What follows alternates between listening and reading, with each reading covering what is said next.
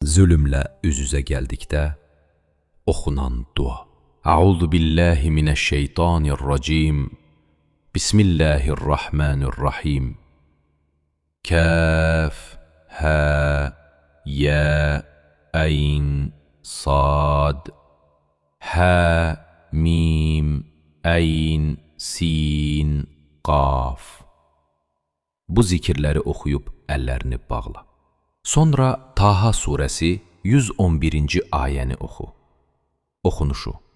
Və ənətil vücuhu lil həyyil qayyum və qəd xabə mən həmələ zülmən.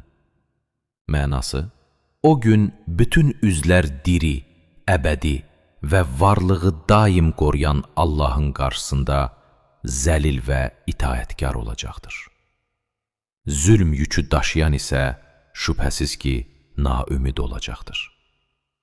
Bu ayəni oxuduqdan sonra əllərini aç və qarşı tərəfin üzünə doğru tut. Dua. Allahım, ey həy və qayyum olan Rəbbim, zülmlə üz-üzə qaldığım bu anda sənə sığınıram. Sənin qüdrətin qarşısında üzlər zəlil, qəlblər itaətkardır. Məni zülmdən, haqsızlıqdan və batildən uzaq et. Qəlbimə nur, sözümə hikmət, əməllərimə ixlas bəxş et. Əgər haqq mənim tərəfimdədirsə, onu mənə aşkar et. Əgər xəta məndədirsə, məni ona qarşı agah et və düz yola yönəlt.